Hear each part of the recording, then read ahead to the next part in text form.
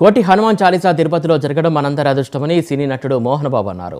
తెలుసో తెలియకో అజ్ఞానులు కులాల గురించి మాట్లాడుతున్నారని, దేశ ప్రజలంతా కలిసి ఉండాలని ప్రధాని మోడీ ఒక్కరే కోరుకుంటున్నారని చెప్పారు.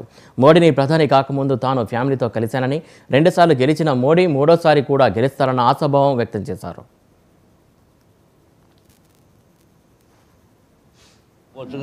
కోటి హనుమాన్ చాలీసా మన తిరుపతిలో ఇదిగో ఎదురుగా వెంకటేశ్వర స్వామి పాద సన్నిధిలో ఈ టీం వీళ్ళందరి పేర్లు నాకు తెలియకపోవచ్చు, కానీ అందరూ శ్రీధర స్వామి గారి పేరు, ఇంకా కుట్రాలం స్వామి గారు,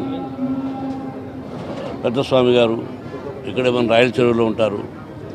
ఇంకా చాలామంది మఠాధిపతులు, పీఠాధిపతులు, గొప్పవాళ్ళ సమక్షంలో హనుమాన్ చాలీసా మన తిరుపతి పట్టణంలో జరగడం అనేది మనందరికీ అదృష్టం.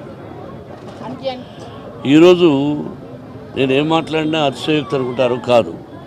మనం ఈ మాత్రం భారతదేశంలో ధైర్యంగా మనం భరతమాత బిడ్డలం, భారతీయులం, హిందువులం అని చెప్పుకోవడానికి ఒక్క భారత ప్రధాని మోడీ గారు ఒక్కరే చాలు.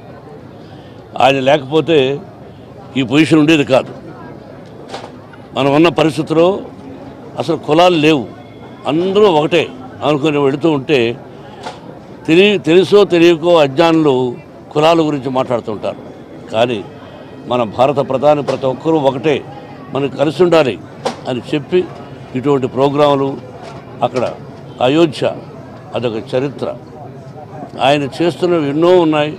అటువంటి భారత ప్రధాని మనకు ఎల్లప్పుడూ ఆయన 100 సంవత్సరాలు ఆయురారోగ్యంతో ఉండి ఎల్లప్పుడూ ఆయనే మనకు భారత ప్రధానిగా ఉండాలని నేను మనసా వాచా కోరుకుంటున్నాను.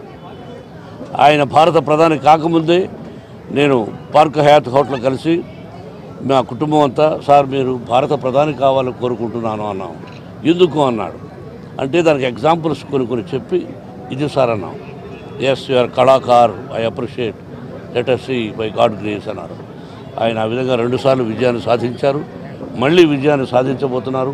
ఇటువంటి ప్రోగ్రాములు మరెన్నో జరగాలని, భారతదేశం సుభిక్షంగా ఉండాలని హృదయపూర్వకంగా కోరుకుంటూ మకర సంక్రాంతి శుభాకాంక్షలు.